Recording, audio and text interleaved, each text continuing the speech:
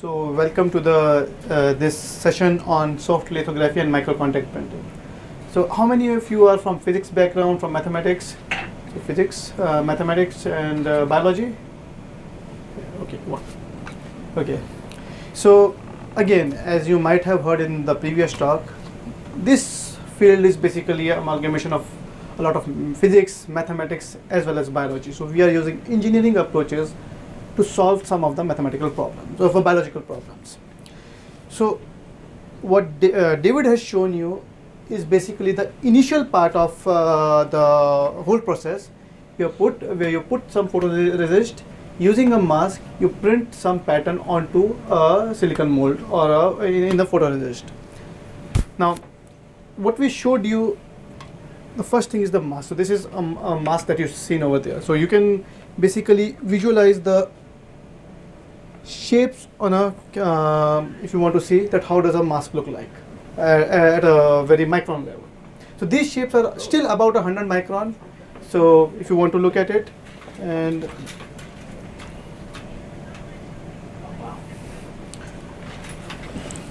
for those I can also put it onto the camera.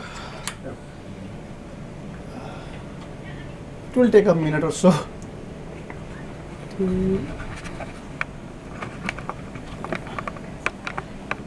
Okay. So you can see there are all these shapes on it. Now you might be wondering, why are these funny geometrical shapes doing? What are we doing with it? And I'll come to that. But this is what we use this whole process. Anything that we want to design, we can design in a CAD software, and then can print it onto a mask. So this is again, this was done using again a laser printer, which basically using a laser. So initially this whole thing was that there was a top layer of chromium. Then we basically, and on top of that there was a photoresist, and we used laser to specifically cure or have some reactions on these specific places based on the design. And then we basically removed it and etched it out to get these black patterns where we wanted them. Okay, so this is again the pattern that will be then transferring into another mold. So again, this is a 2D pattern because again it's just like either black or white, and then we'll transferring it to a 2D pattern. And if you can't see, you can also move a bit over here. Are you able to see? Oh yeah. Yeah. Okay. So when you put that into the photoresist, the stuff that's black will be the holes in it, isn't it? So that depends on if you're using a positive versus negative photoresist. So again, that depends on your application. You can either have a polymer which basically, so again, as you can see, the light will be able to pass through this white space. It will not be able to pass through this black space. Right. Now you can have a polymer which basically polymerizes when the light passes through, or you can have a polymer which polymerizes when the light doesn't pass through it. So you can get either basically a kind of wells or pillars from the same thing. Okay.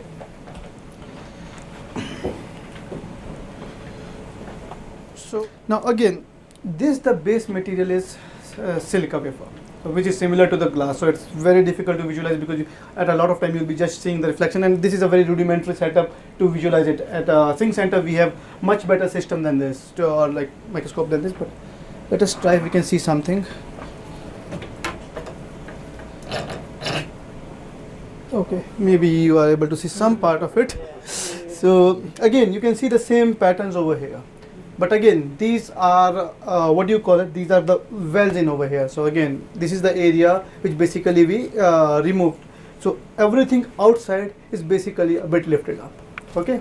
So again, from a 2D pattern, we transferred it onto a 3D pattern, which is within the silica mold. But again, the pattern is in the photoresist. So there is a photoresist layer on top of it. When you are working with actual electronics, you will basically try to etch even the silica, so the pattern will be within the silica as well. So, but that's not the case over here.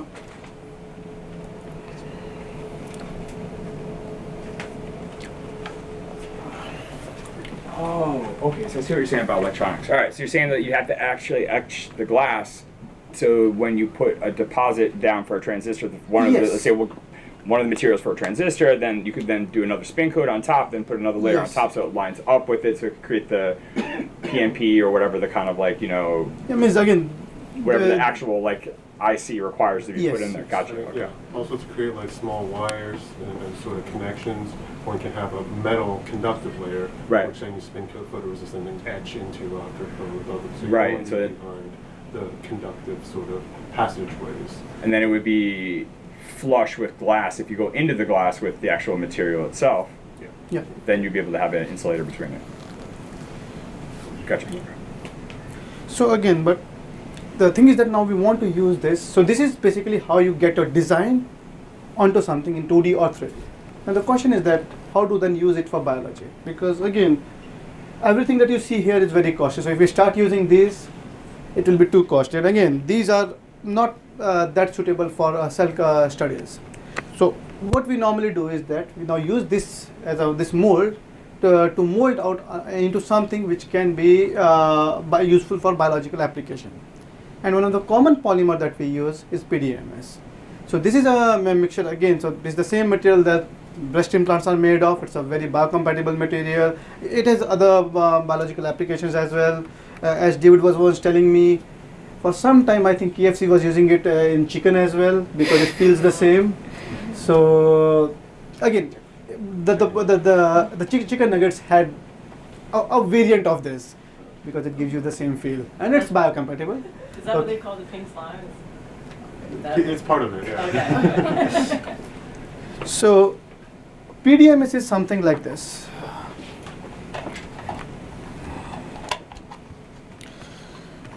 So again, a similar kind of patterns I have like transferred onto this PDMS. Again, this is a very elastic material. There are gloves in there if you want to touch it. It means you don't need it, but if you think that there is something on over here, you can use the gloves and then touch it. So again, this will also have some similar kind of pattern. So again, whatever is here, the negative of this will be over here. So if this has wells, this will have kind of a pillars onto it.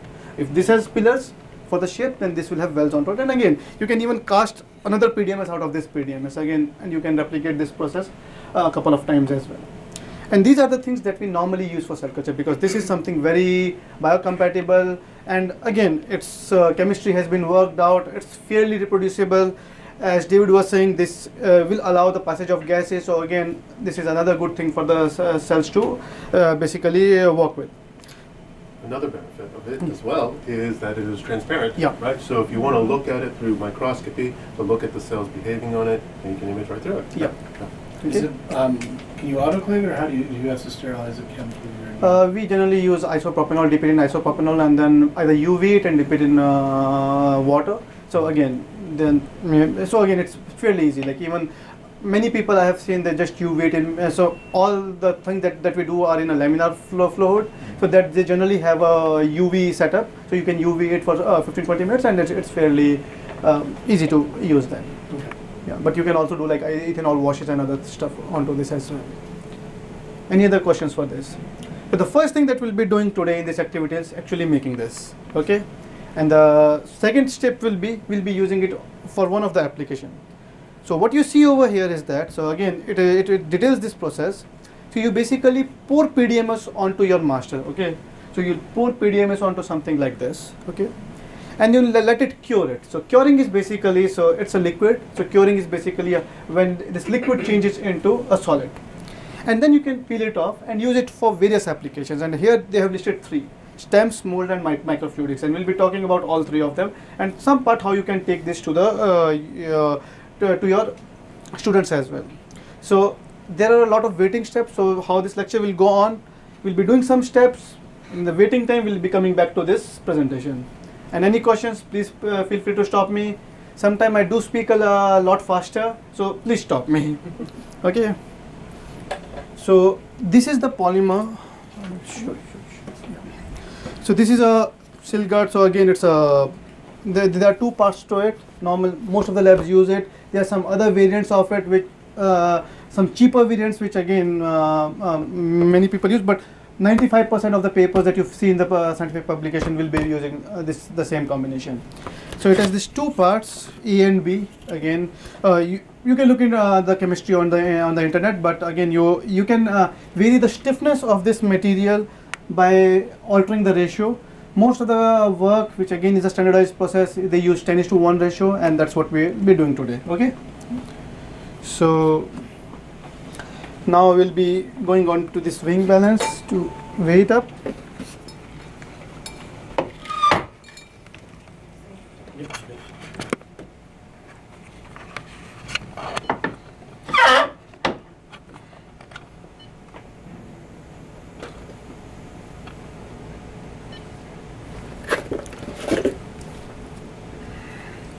And again, this is very sticky, so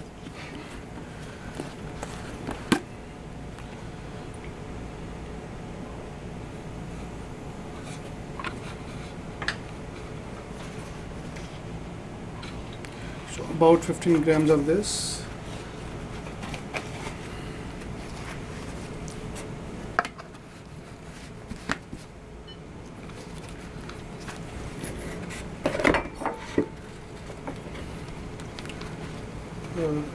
About 1.5 grams of this.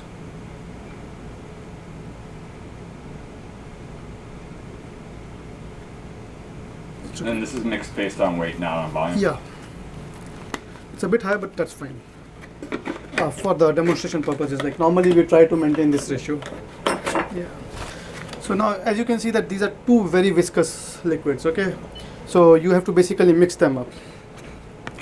Now again, when you are mixing them up, a lot of bubbles are forming. So as we talked about that, what we are working on is in terms of micro scale or nanoscale.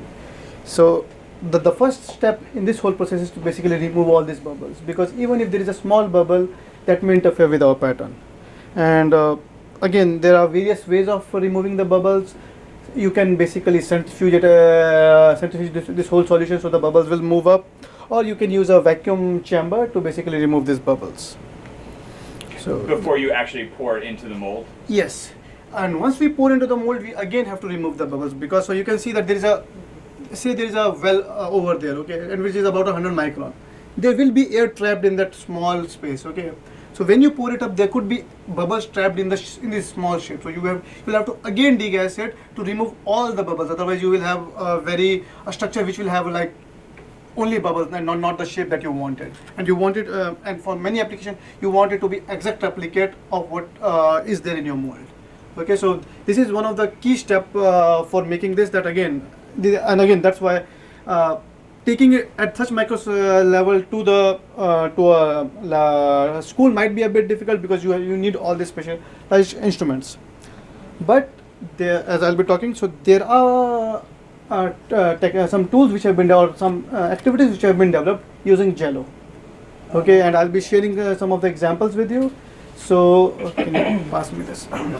So you can look at, so this is again using inexpensive Jello to make hands-on microfluidic education or any of these things. So I'll share these articles with you so that you can take maybe some of these applications and show. Again, what I'm showing you is just the overall application, and you take some of these into your schools as well. So once it is mixed up, we'll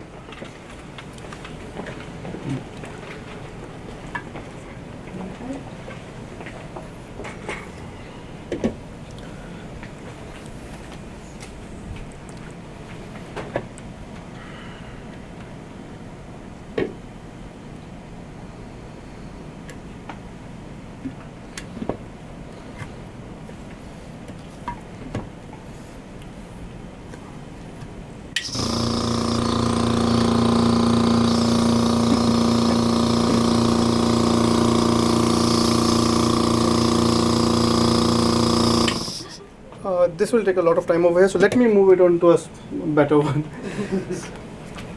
So you guys can come in over here and you'll be able to see.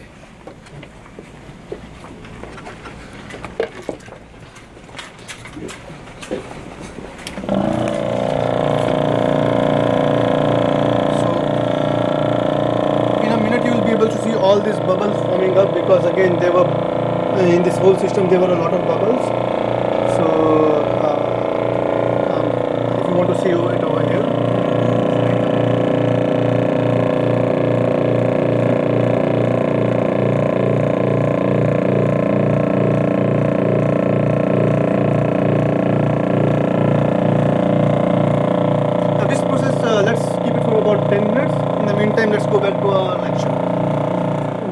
applications you can think of for this approaches? Some of it David also covered like in the introduction, so feel free to. Well, I mean, I will, if engineering class, I might do with gelatin and have them pour something conductive in it, mimicking like a digital circuit, but at a much larger scale, so they can understand the concept behind it. Okay, yeah. But like, what biological application can you think of this whole processes? Maybe culture something to particular shape. Yeah. Fluids moving through the system as well, Yeah. Okay. And what will be the application for that? Moving? like blood vessels. Okay. Is that? So if you grow the cells up, but the pillars are small enough that the cells can have fluid go below them as well as above them, like instead of a plate, right? Okay. If you have pillars, multiple pillars in a very fine way, you can actually have cells grow on top of them, and then the deformation of the building that tells you how much fluid. So that's actually a form of vector attraction. Is it PDMS? Is it neutral or is it like or hydro? It's hydrophobic. Phobic. Okay. Yeah, so I mean, tissue culture plastic is also the same type of hydrophobicity. I mean, the interaction between biological materials, hydrophobicity, and cell adhesion is pretty complex, but I mean, yeah, it's the right sort of hydrophobicity. So could you measure like the disturbances that would be created, like, you know, based on structure for laminar flow versus, let's say, you had some sort of like thing sticking out that would be mimicking what it's like to have a clogged vessel or something like that. Like, what does it look like on the other side if you're going to be able to do that? So you can see what constrictions are going to happen at the basal level, like having different opening sizes, Yes. and how does it get pinched in relationship to Yes. that? And the cool thing is that we'll be also doing it. You can modulate its hydrophilicity and phobicity.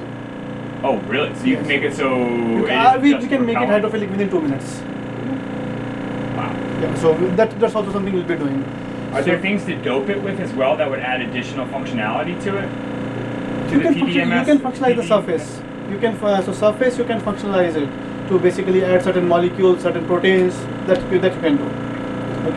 It's also possible to add magnetic beads Yes. to make Right. it like, active. Yes. So why do we need microfabrication?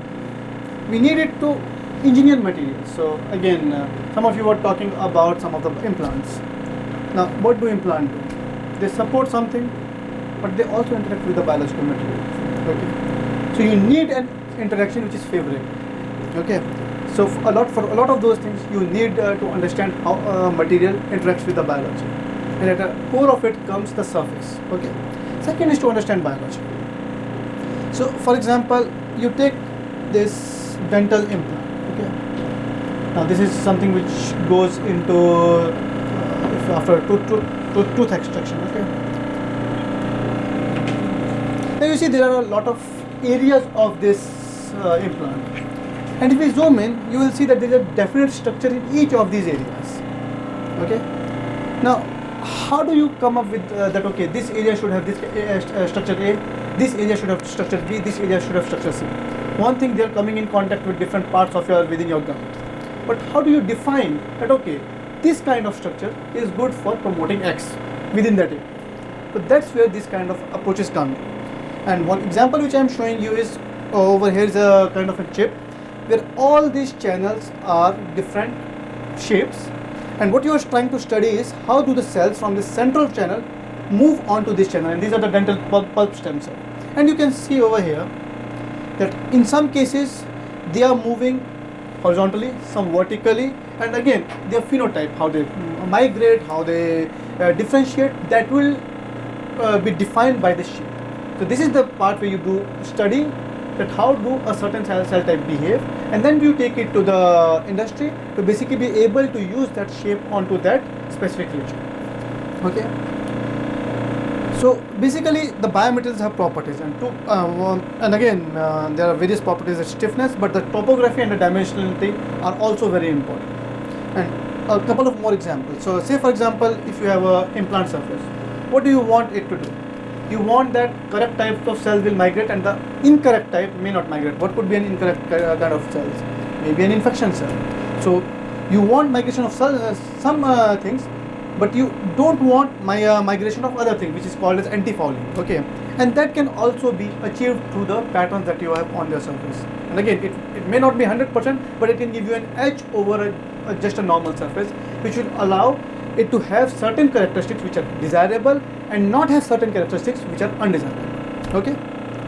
So any questions so far? So you could use this if you had like a mixed cell culture and you wanted to select for one instead Yes. of doing antibody stuff, you could do it by surface selection. Yes. So for example, I'll be showing you, so later on, there were surfaces, so like again, you have kind of a gum tissue in over here, you have dental pulp stem cell in over here, so you can basically modulate like where the bone will grow, where your gum will grow, so that's how you can basically make these or choose these shapes which will promote, say, cell type A versus cell type B. So And that it works? Yes, it works. Wow. It works. No, I just thought, wow, you think that you're modulating the surface, and the surface is able to have that kind of profound, positive or negative effect on the cells. Yes, the stem cell. So again, there have been new reports which I'll also talk about, that the shape can also sometimes regulate the stemness of it. You So can. wait, are you telling me that the stem cell is then choosing to differentiate at this point? Not choosing, but is differentiating based on whatever the surface is going to Yes. be. So like you could grow, I don't know, an ear with an eyeball attached to it based Yes. on like the right patterning. Not that was. So I'll show you an example where two shapes. One will give you a bone cell. The same cell on another shape will preferentially give you a fat cell. So you could print human parts. Is the idea, not the idea, but it could be a possible usage of doing these organs on a chip. You literally Yes. would have the setup of this. So you could Yeah. generate You are all these giving enough stem cells. spoilers. Okay. So how do we engineer surfaces? Okay. The one thing is we look into the nature. There are very interesting things that nature do. So for example, have you seen a Greco rolling on the wall? Okay. Its whatever fingers have a nano spikes, which basically allow it to form this contactless bond on and crawl onto the wall.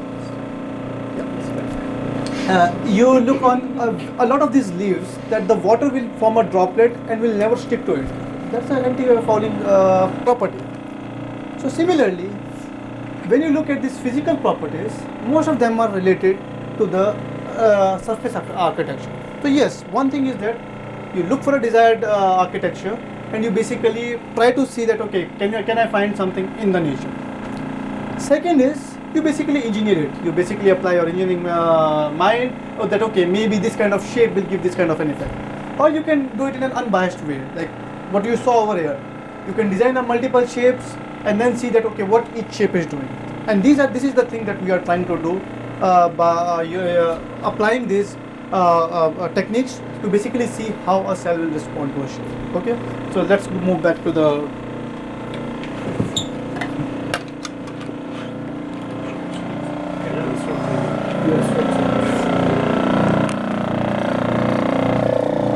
So you can see like there are how many bubbles were there. Were there seeds hydrophobic or something? They mimicked the sharks did, the drag was Yeah, that like, much less. yeah. They were illegal after that year because Yeah. they gave them an advantage. So again, then when will be put this onto this our mold? Again, there are very small shapes in here as well, so we'll have to degass it again. Okay.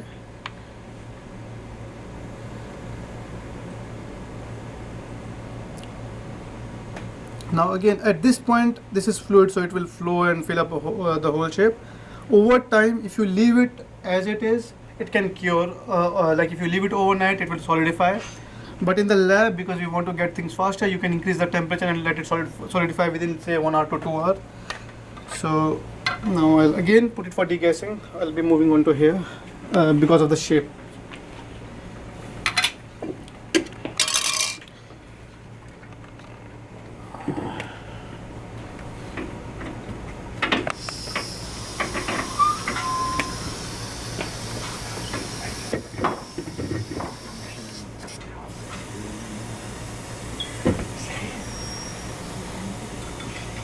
Okay, so we'll come back to it. So other applications, is that you can basically now use these shapes shape to do something called as microcontact printing. Okay, so it's something similar to what I think. So I have a 2-year-old daughter. She used to like take this sponge with a star shape, put it in a color, and print that shape all over the place. So this is something similar, but you are doing for something which is very at a micron level. And this is again what we'll be doing today. Now what you do is that, so now you have a PDMS mold with pillars on it, okay, so with these shapes. Now what you can do is that you can stamp a biological ink. So for a biologist it could be a protein, okay. So why do you want to put proteins? So cells will try to attach to this protein, okay. So you can then transfer this ink onto some substrate, okay. So whatever shape you have, you can get the same pattern of the protein onto the surface, and then you can basically block the rest of the surface, and then when you will put the cell will only grow in that specific shape. So this is the same example that David showed of the Y shape, okay. So he basically used, I think, something similar, that there was a Y-shaped mold. He basically printed it onto a surface, so, and then when he put the cell will only attach somewhere in that Y shape, and then they can grow into it. Now, what applications can you think of this process? I guess like you mentioned for implants. So how for implants? Because there we are Yeah. trying something 3D. So this is something which is more 2D Oh. in nature, because you are basically just have a plain surface. What if you could print structures onto skins or organs of damaged areas to be able to give some sort of substrate for things to grow off of? Like cartilage. Maybe, yeah. Some sort of. Yeah. So normally, like what researchers use this is for studying cell behavior. So here you have like these two cells, one of them growing in a circular pattern and one of them growing in this rectangular pattern. Now, as you can see, the shape of nucleus, the shape of the cell is different. And what has been found out that just changing this shape can even make some research shows that can even make a adult cell converted into stem cell. So the kind of pillar system that you have inside of that. This is just plain surface, like plain surface, but because of the shape, cell is growing only in this shape. So like let's say it's a rectangle. Yeah. And does the cell have to be forced into that, or does it actually naturally attach to the edge around of the rectangle? So again, depending on the shape, so let's say for example, so you consider it like this. So you have a surface where only and the cell is only allowed to attach on certain places. Okay. Right. So when you put a lot of cells, a cell, if it comes into a random contact with the shape, it will attach. Otherwise, it will not attach. Okay. Then you can wash them away, and you will only have the cells, some of the cells, which will be attached to those places. Gotcha. Then you can let them grow and let them spread, and then they will, in some time, they will conform to that shape. Okay. And then you can basically observe the behavior over time. So do you have to then additionally like be very, very careful about what the actual material on the PDMS or PDSM? Yeah. If it's hydro, if it resists water and or attracts water, that's going to have a different relationship to how the cells are going to attach to it. So normally we use proteins to attach the cell. So again, these are the proteins which normally cells uses to attach. So for example, my skin cells, they are resting on a lamina. Oh, all right, got it. So you're using the PDMS. Yeah. Then you put the proteins on top of that. Yes. Then you take the proteins and you go like Yes. this. So like that's a the block ink. print. So Gotcha, that's the ink. all right. So that's the ink. Okay, That's so we're protein. using the So proteins as the ink. on my Gotcha, substrate, gotcha. that will be on the ink, which is the protein. Gotcha. Okay. And what you're printing is you're trying to make that the size of it, one individual cell then? Yeah. What you think it's going to be? Yes. Yeah. That can depend on the application. So it can be a single Right, but cell. what you're showing here would be Yeah. Single cell, like a yes. single cell. So this is about 20 to 30 micron, which is the shape of the cell. If you make it even smaller, does that make the cell tend to go Yes. upright more? So Yes. Instead of And that- yeah. three-dimensional? Yes. Exactly. And that does also affect its Stemness. phenotype. Yeah, exactly. So so this is again a bit of science. Why do the shape affects how a cell will behave? Because at the end of the day, cell is regulated by its genome.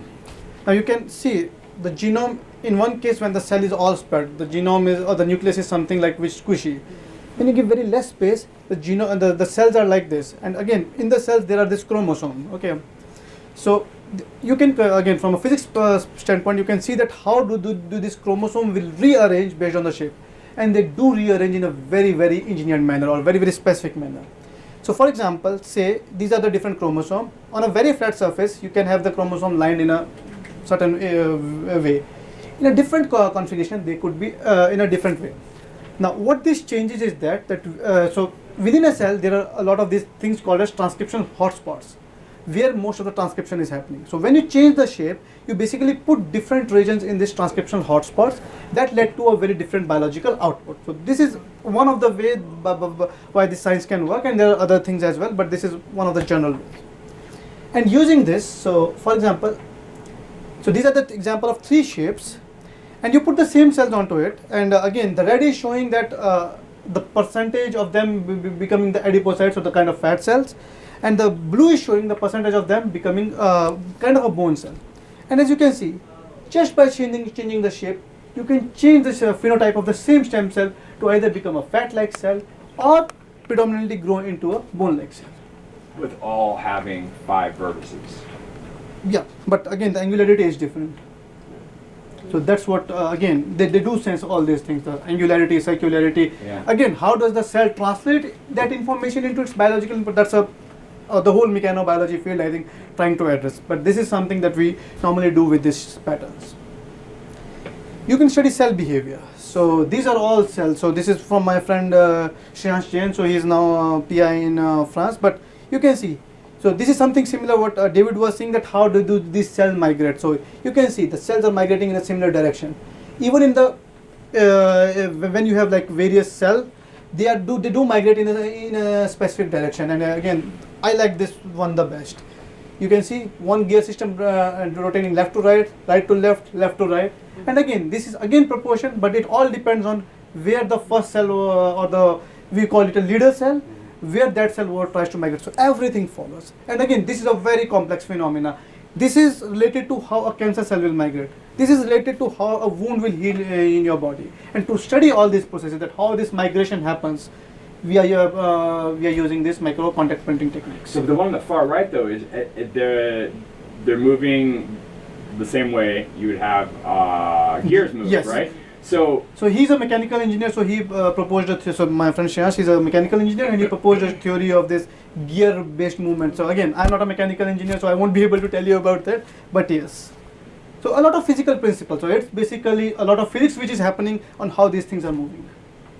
And to study them, we use microcontact printing, because to study how a shape will affect, you need to be able to confine shells into that shape. Okay. you must have been so stoked when this worked. That's amazing. So It's like the movement of the fluids that freeze in the Yeah. rings, and the other one made the other ring go the other direction because it's Is like the extracellular matrix pulling the other cells with it as well, or? It's a combination of multiple factors. It's been shown that cells can affect each other through the extracellular matrix, like what you're talking about. They also have direct cell-cell junctions, which allow force to be directly transcribed. And there's other things like what I discovered, this tail following phenomena. That's actually less to do with force and actually more to do with signaling. Chemical signal or electrical? Cell chemical signal. In that case, chemical signal. Yeah. So again, and this is something 2 or 3 years back, there was a high school teacher, Sam, he worked with me. So what we were doing in this case, again, this is a printed pattern. He was putting these cells that all have work on cholangiocytes, and he was able to grow a lumen out of it, which is again a luminous structure which is in the liver, and that also depended on the shape. So again, so this is a confocal stack. So as you go up, you start to see this lumen, and this work is all done by Sam, who again developed a program in his own school as well. But yes, so you can use it for a lot of applications, for studying, for confining cells to study any biological process. And again, this has an application in drug testing as well, because how this lumen forms, now you can basically multiplex it in a high throughput manner, add drugs and see that what drugs basically promote the formation of this kind of structure, which drugs basically reduce the formation. So you can basically use it for drug testing and other application as well, in addition to studying. So let's put that in the oven, and then we'll come back over here.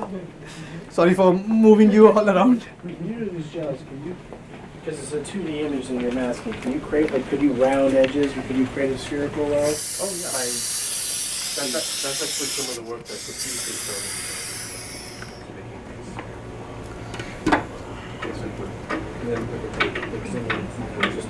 done. So once this, like, the bubbles are all removed, we'll put them for curing. So which we basically put them in an oven. Okay. So.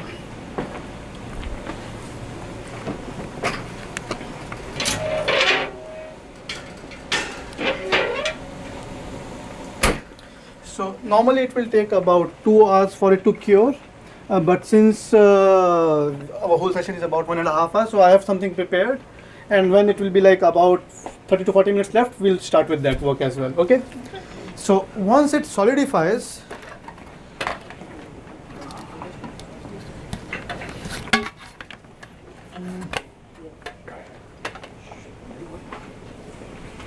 it basically turns into this. So this you can touch on the top. And this is like, yeah, it's fully polymerized. So you can see that this is. Feel all the fingerprints. Yeah.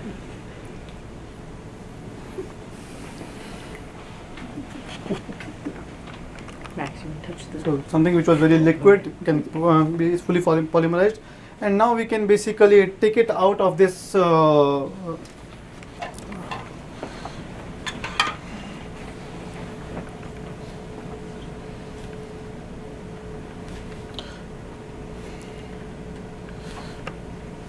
And you may have noticed that there was already like a raised clear spot around it, and that's because you can use the same master to cast PDMS multiple times. And that's why each time when we make a replica of the previous thing, we're going one step cheaper and we're able to make more each time. So that's what we're doing here. How many can you do before it does degrade that much, or can you do hundreds. Hundreds. I've used the same mold for my entire PhD Okay, thesis. so you don't have to worry about it degrading. Yeah, yeah, And again, if this get degraded using your chromium mask, you can make it again. yeah. So the most important thing here is the chromium mask. So that is something that you need to keep it protected. But otherwise, like this, you can. Yeah. There's another replica step after this, right? You can use the same stamp Yes. to make multiple patterns on different substrates. Yes.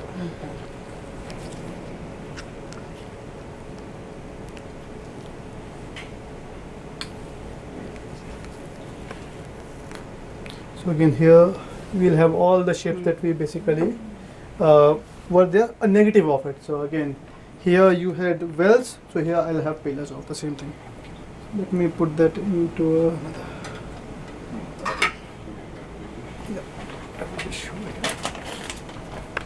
And again, we'll be working today on these two microcontact prints and to see how this printing thing is done. Next part of it, the third application you can say, is to basically devise these microfluidic devices. So how many of you know, means in the physics I think you know about fluidics and how the fluid flow.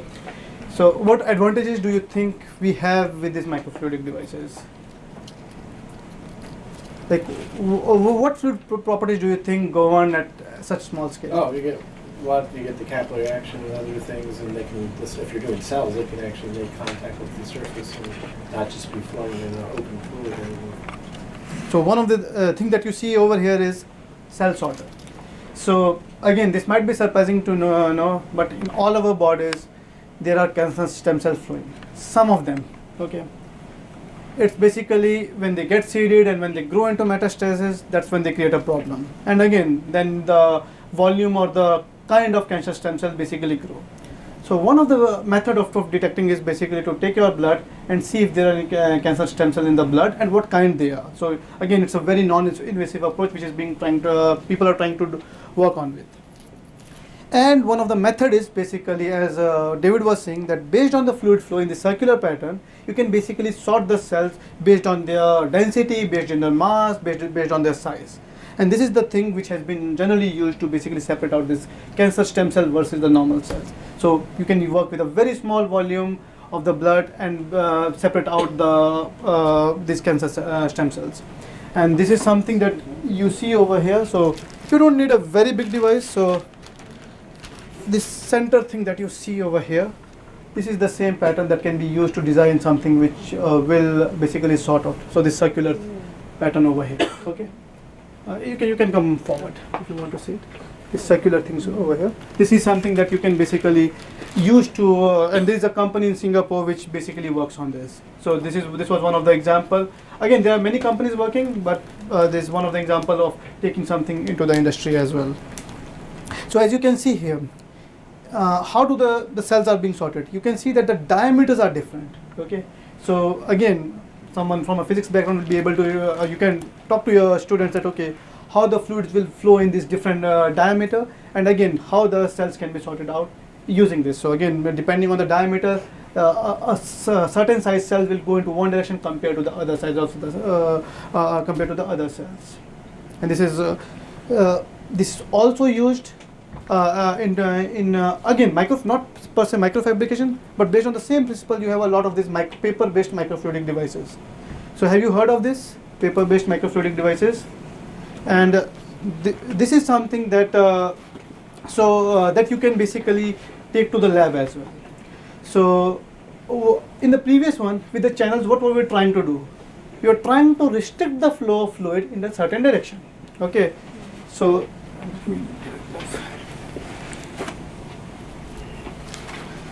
say for example,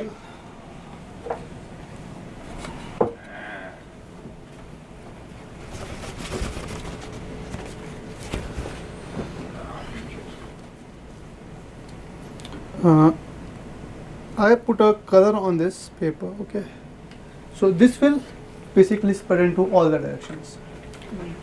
But if I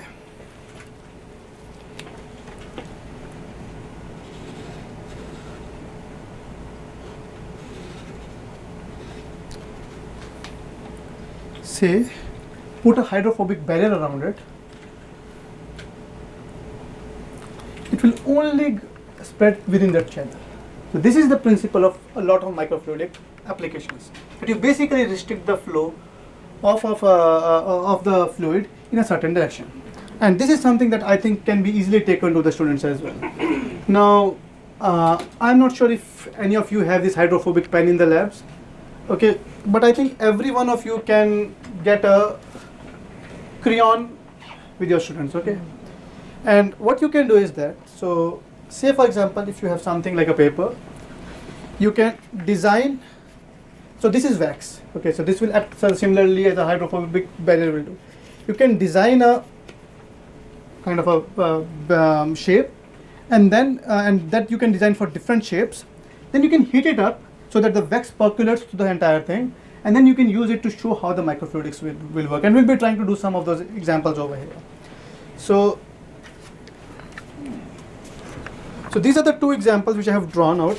So, and here we have like 3 different channels, and I've heated that up. So you can see the wax which is gone to the back as well. But in this case, I've only printed on one side, and the wax has not gone to the previous side. So we'll see how differently both of these will behave, and I hope they behave in the way I intended them to behave.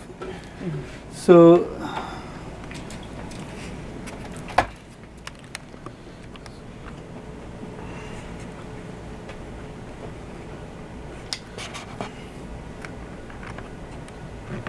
again over here, I took the wrong one here. But again, in this case there was a barrier, so still the fluid is only moving within this barrier. Okay, and now what you can use this kind of structure is basically to show how changing this diameter will affect the fluid flow.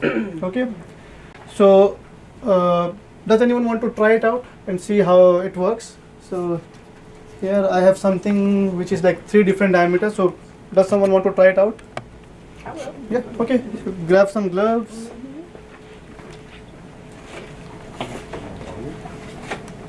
For this, I think 20 microns should be more than enough, because this is small.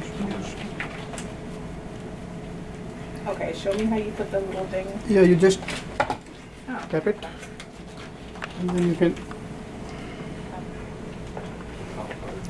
You can press This it. one? Yeah. It's I okay. don't know that. So, nothing.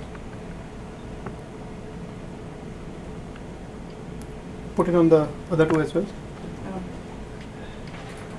And this one? Yep.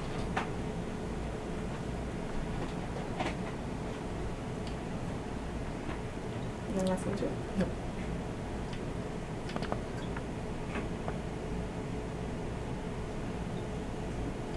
Let's clean up.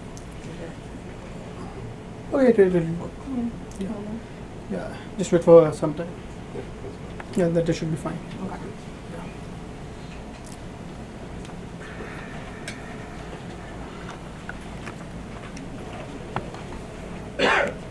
So one thing that you will see over here is that if you come closer, that this water front is moving much faster than this colored front, which again depends on different solvent, different particle that they basically have a different flow rate through the capillary reaction. Although this doesn't work out, but comparing these two, you will be able to see the shorter the diameter, the more easily it is able to flow.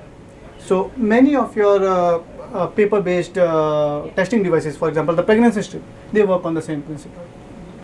And one cool application that you can show to the students is using a Y-shaped shape, which something I have like drawn over here.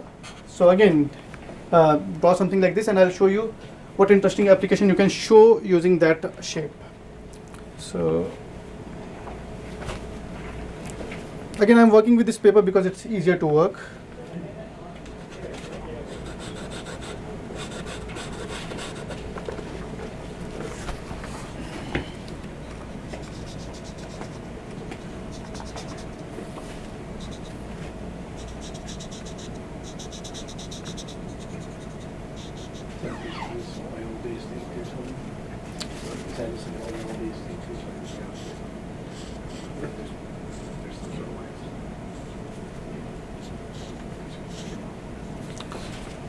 And for this I need 2 volunteers. So one of you will put at the same time, one will put a red ink over here and the other one will put a blue ink over here, and then you will see how this fluid interact and how do they basically work. So let me give you 2 pipettes. So what do you think will happen? Will they mix up, or what will happen? Or will they follow their own path? Are they all water just? Yeah, dye? everything Okay. it's same. So water based, I would expect them to mix, I think. Yeah. I think they're going to go on their own path. I So think they're gonna put. in a laminar flow, if there are 2 layers, do they mix up? No, they won't mix up the same, right? That's true. I was just thinking diffusion, but I guess that's Yes. slower process. So diffusion will happen on a larger time scale. So the diffusion which happens, so that's the cool thing about fluidics, microfluidics. So depending when you are at a such small scale, the fluid will flow, but they will remain in their own layers. But there is also diffusion happening. So depending on the diameter and the flow rate, you can modulate how much diffusion is happening or how much mixing is happening. Okay, so. So eventually they will. Yes. Oh yeah. But if you pipe out, so could you set it up so you have red and blue coming in, right? And then you have, by adjusting the diameter of this, you can choose, you will have a consistent, as long as the flow is consistent this way, then you can have a point where you know what the ratio is between the blue to the red. Can you pipe out of that, or is that, I mean, how much is that going to change the dynamic? Yes, you can use it to so again, so this is again a very crude representation of the thing. But in a microfluidic device, you can basically have a devices, which I'll show you some of the example. You can have 3 colors coming in, at the end you will have 6 colors, 3 original and 2 of the mix-up colors. So you can basically sort it out in a very well-defined fashion. Wow, that's cool. So again, that is basically how you determine the fluid flow, how you determine the size. So again, based on the concentration, you can do that. You can do a lot of sorting, movement, chemical reactions into this. Okay, so does anyone want to try it out? So one of them you can go red color, blue color, and then put them on these 2 areas.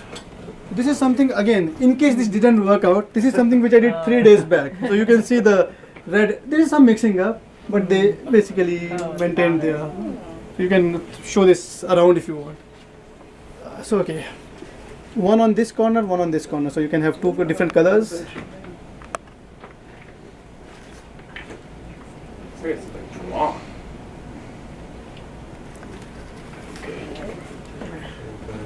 Yeah, same time. 1, 2, 3, go. Okay, now you can leave it. Yeah. Let's see what will happen.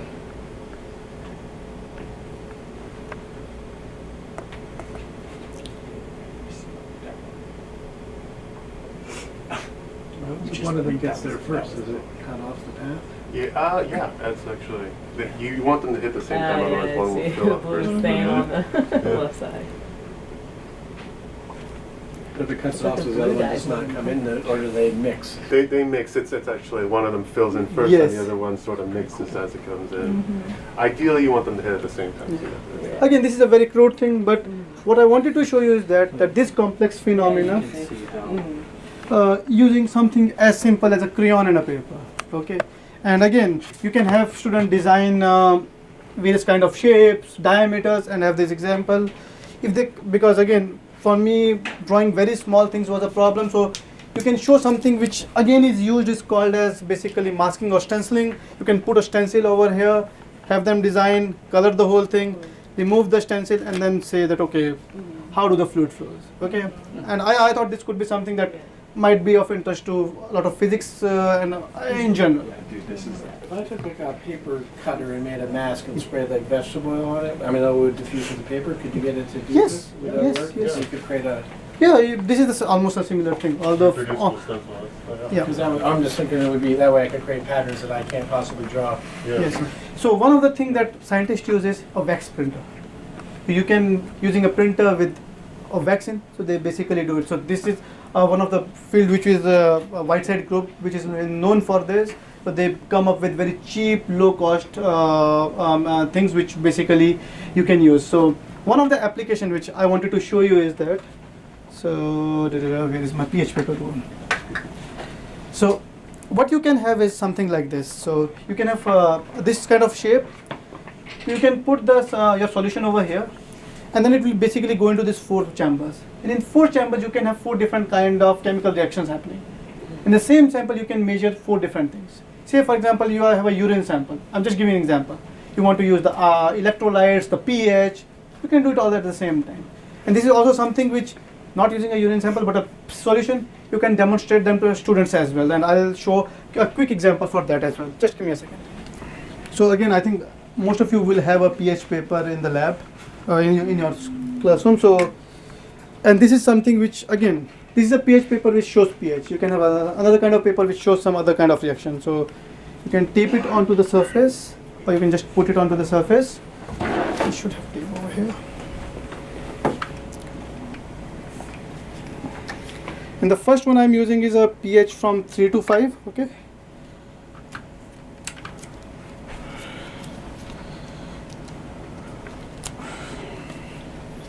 And the second one I'm using is, this is also 3 to 5.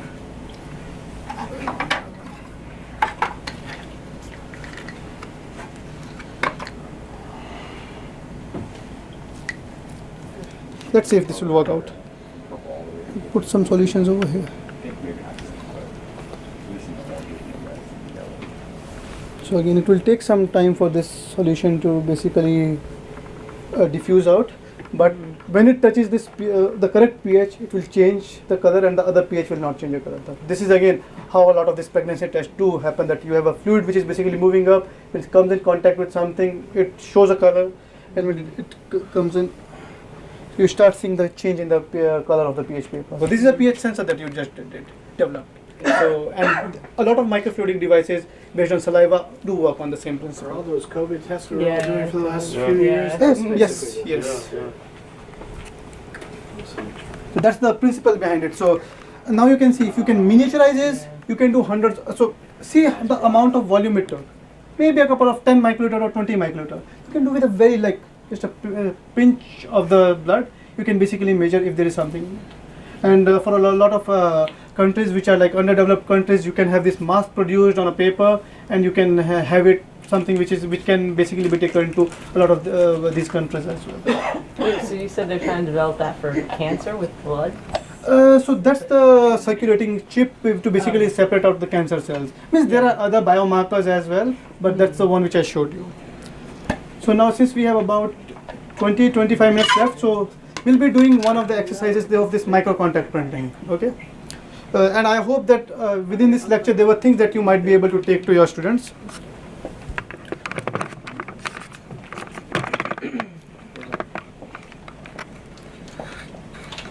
So in the meantime, David is cutting some of these things. Let us talk about the surface properties of this PDMS. Okay, so just cut the sample part only. Yeah, I've cut me 4, 6 or 4. I just want to make shit faster. Yeah. So PDMS normally is very hydrophobic. Okay, so basically, if I'll put a drop of water onto it,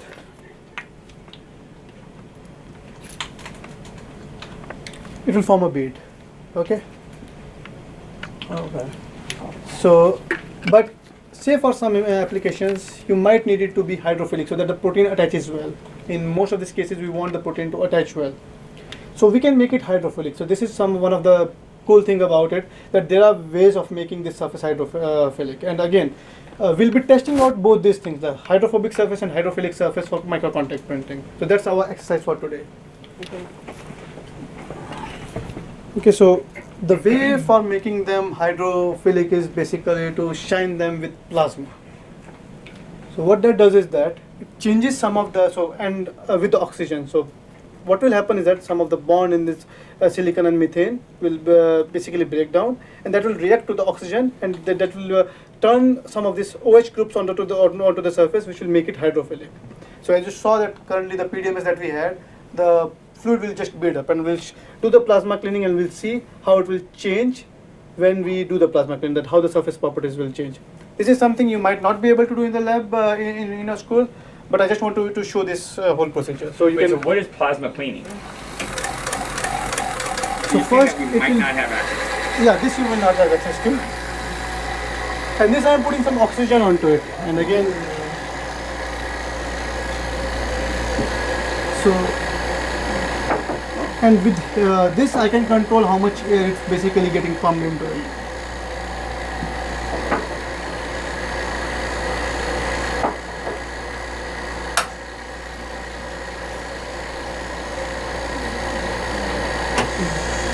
So if you want to see the plasma, it will be the purplish glow that you see in here.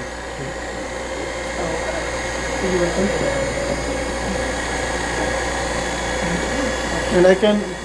How hot is that getting? Sorry? How hot is that getting? How hot? I never checked.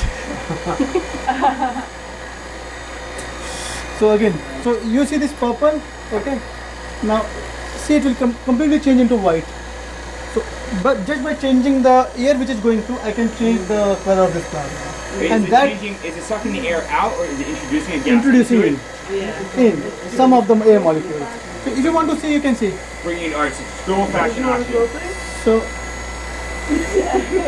so this is purple in color. It's Will only my vision go weird if I look at it? purple in color. Yeah. Oh yeah. Color gone. Yeah. Okay. So these are two kind of plasma, air plasma and the oxygen plasma, that basically will have some different physical properties that you can change. But this is something that we do normally to change these physical properties. Now, let us see how this sample behaves. Like earlier you saw that the fluid will just bead up.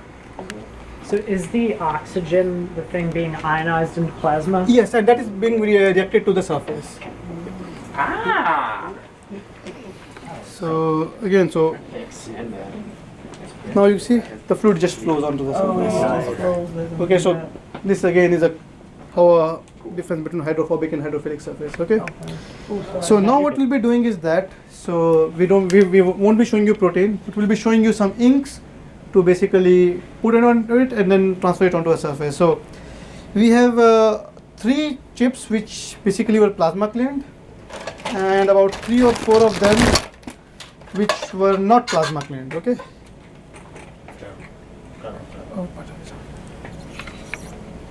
just reverse it, correct?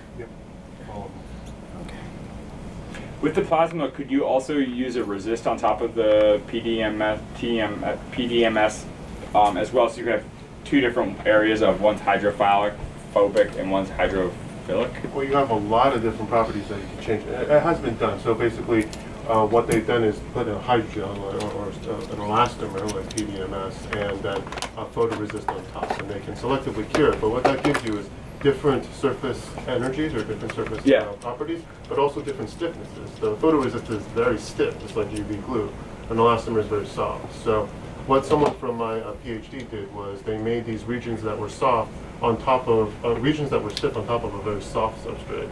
And so it was used to sense how cells were able to sense the stiffness of their material. You know, if you have something that's stiff, are you actually grabbing two different regions and then pulling them close to each other and seeing if that's Comparison, stiff? yeah. Or are you using your fingers to sort of grab one region and sense it locally? And that's sort of the question that we were asking, using a specific substrate. And like what's the zero out on something like that? What are the thresholds on what So you it's can clearly considered? see that the Well, that's bead all- is yeah, completely. really cool. There's a flow on the surface. Okay. Now again, depending on the application, either you will want this or this, and again I won't go into the intricacies of that. But yeah, this is so we'll let it attach for about 5 to 10 minutes, and then we'll try to transfer it onto something. Okay.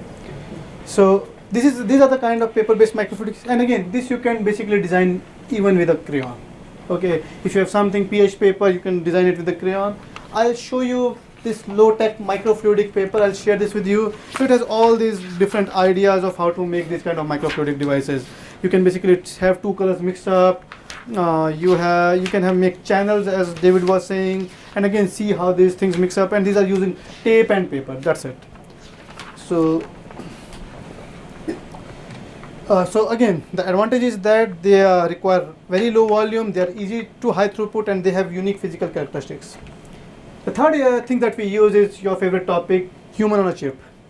So Love human on a chip. yes, what basic idea is that basically these organs, again you have to study these organs. So say if some has a vessel, some have interaction of two or different kind of cell compartments. So how do you do that? You can basically miniaturize this whole system onto microfluidic channels. So this is an example of such a chip. So if you look below, there are these two lines. Okay, you can handle that. That's fine. Sorry, these are all the samples which failed. Means again they were not bonded perfectly. So if you want to take one home, feel free to grab one and take it with you, just to show them that how does a chip feel like. Nature scenes.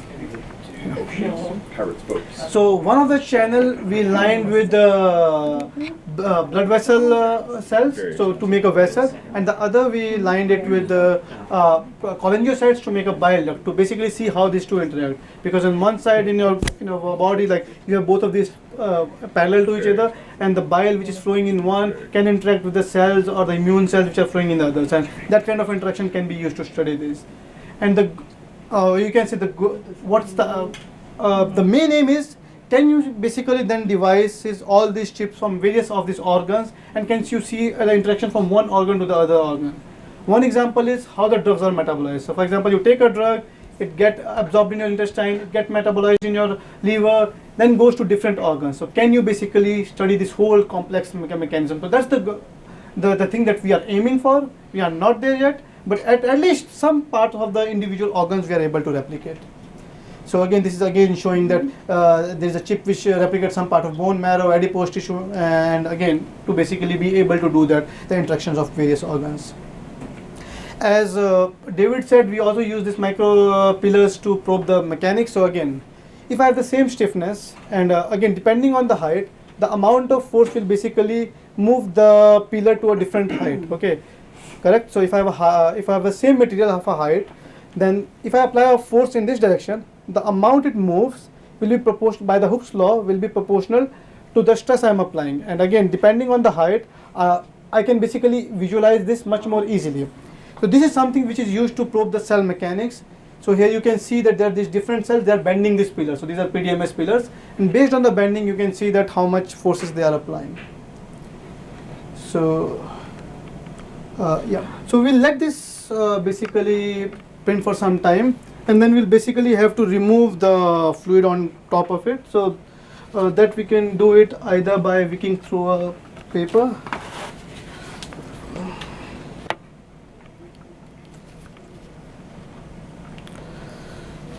So this is just to remove the extra fluid, because we want a very fine layer onto this shape. Okay, we don't want fluid to be there, and what we want is that there is a fine layer attached just to these shapes, so that we can basically transfer it. So I'll do the same for here.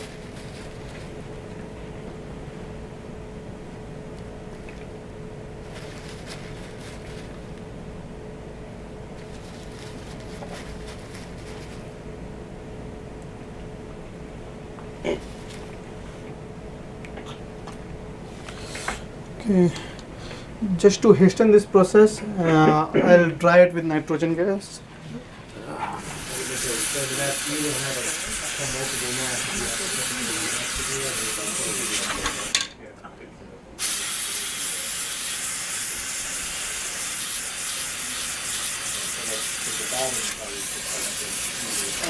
Onto some surface that we can then see it in a microscope. So now what we'll do is that we'll transfer this pattern onto some surface and try to see that were we successful or not. Okay. So if I have to ask, so we have two different surfaces. One is a hydrophobic surface and one is a hydrophilic surface. Which one do you think will give us better result? Okay, let's see. I don't know the answer to that. I want hydrophilic, but David always bets on hydrophobic surfaces. It's a complex balance. You have to have it stick to the PDMS at first, but then when you transfer, you want it to come off, right? Yeah. You know? So we have different philosophies. Yes. Means both of them But a work. very thin hydrophilic layer of hydrophobic. Something Yeah. like that. Yeah, you got Exactly. exactly something like that. Yeah. In the end, it's a lot of optimization. You know, you have to. But once you get it working, it's very reproducible. Because it was like when you were talking about the sponge prints, if you have to adjust the right amount of pressure, because otherwise you Exactly. lose it. Exactly. So normally we put some weight on top of it so that the transfer is a bit better.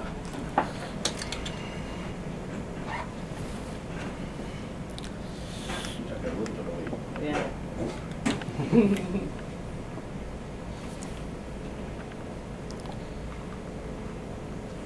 Yeah, Kapish is using a very calibrated weight here because, like you said, this is an elastomer as well. It will deform under pressure. So just like the sponge, if you put too much pressure, the whole thing is going to That little bit amount of weight is enough to deform it enough to hurt? No, it is enough to transfer. So again, normally, so again, this I am showing you with dyes. So we do with proteins. For protein, this much amount of weight works Okay. perfect.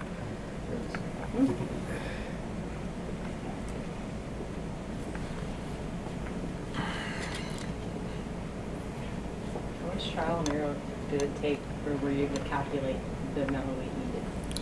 So it took a master student thesis.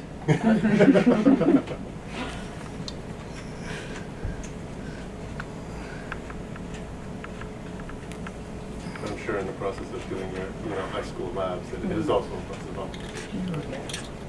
Now, if you were doing some proteins, you would be doing this sterilely at that point? Yes. So basically we'll fabricate it. For proteins also, like if you're putting on surface, you can first print the protein and then do the UV of the whole surface. That also works. Degraded enough. Yes, it won't degrade that much.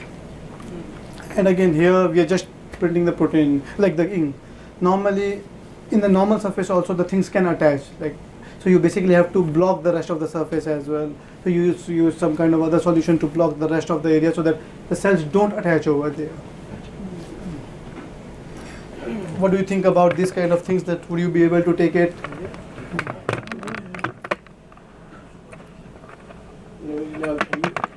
So in the physics class, we think about if you're making those channels different thicknesses Yes. and measuring flow rate, you Yes. should see a clearly discernible.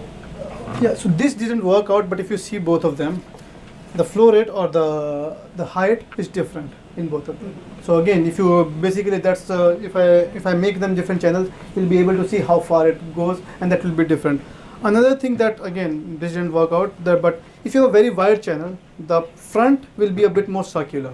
Okay, in a very narrow channel, it will be a very flat. So that's important because when you have to do multiple reactions at the same time, so these chips are now very complicated. You can do an entire PCR on a single chip. So you have flows, you have things on the chip that at every micron there is some reaction happening or so. So for that you need a very laminar flow. Yeah. We could use that in chemistry then in theory, put an acid and base in a base in one and look at the, I guess they don't mix that well when they hit then. It means you have to try it out, a lot of these things. Opportunities. Yeah. The angle, so they're like more force. Like come smashing together. We can take this to the microscopy room. Let's do it. Okay, so we are almost done over here, and let's take it to the microscopy room to see if we see any transfer happening or not.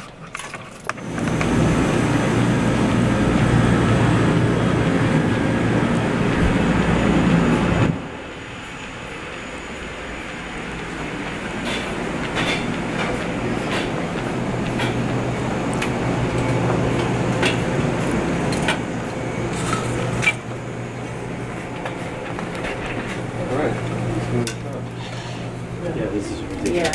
ridiculous. This is My little compound microscope. this is happy fluorescent wide field microscope, has phase contrast capabilities, and this large box around it allows us to view live cell cultures at 37 Celsius and humidity. So basically it's an incubator that allows us to also look at how cells interact in real time. You guys know what fluorescence and like all that stuff looks, right? All right, so this is epifluorescence. It illuminates at specific wavelength. We're going to view it at one. Let's see if I got this right. Oh, there we go. Okay, great. So what we dyed is a fluorescent dye. Do you want to explain it, actually? Yeah, so it was basically a dye, but as you can see, this was something where you had wells in it. So basically, that's why it's turning out black, because everywhere else there was surface, and we fabricated it from a PDMS where the shapes were in wells. So you can clearly see that except for where the shapes are, you had this transfer. And again, this was a very old PDMS, so you can see a lot of imperfections because this was a bit damaged mold as well. But you can see that okay, we are able to transfer whatever is on our shape onto the glass slide. And this is something that what we did today. We'll be trying to see. We had one prepared initially in case nothing works out today. You still have something to see. On top? Do you want another one? No, it's fine. It was on top, you said? Okay. It's okay.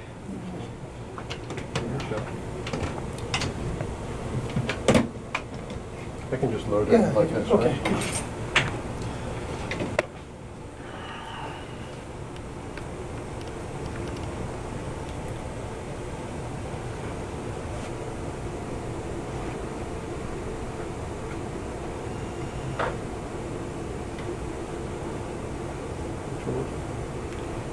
Did you have to design the enclosure for that microscope, or did it? This was custom built. Okay. Not by me, but by someone who has since retired. I am upkeeping it for now.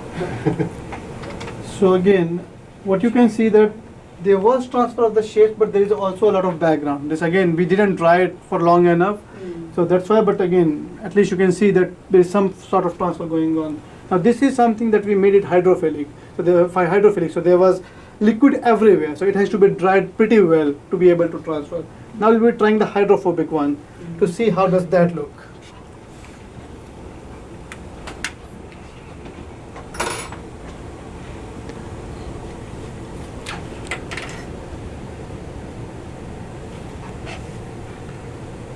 So again, when you're working with a kind of a surface, then you have to make sure that you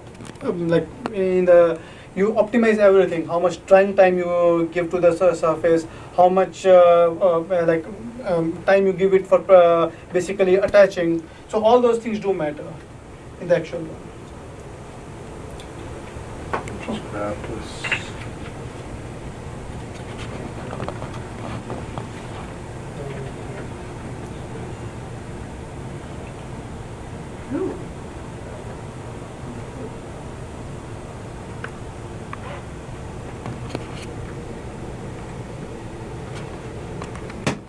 Let me move it a bit on the side. Yeah. So again, this one looks a bit better because again, although we didn't dry it long enough, but still, because it was hydrophobic, it anyhow basically excluded a lot of the areas which were in the center. So this is what you can get with microcontact printing.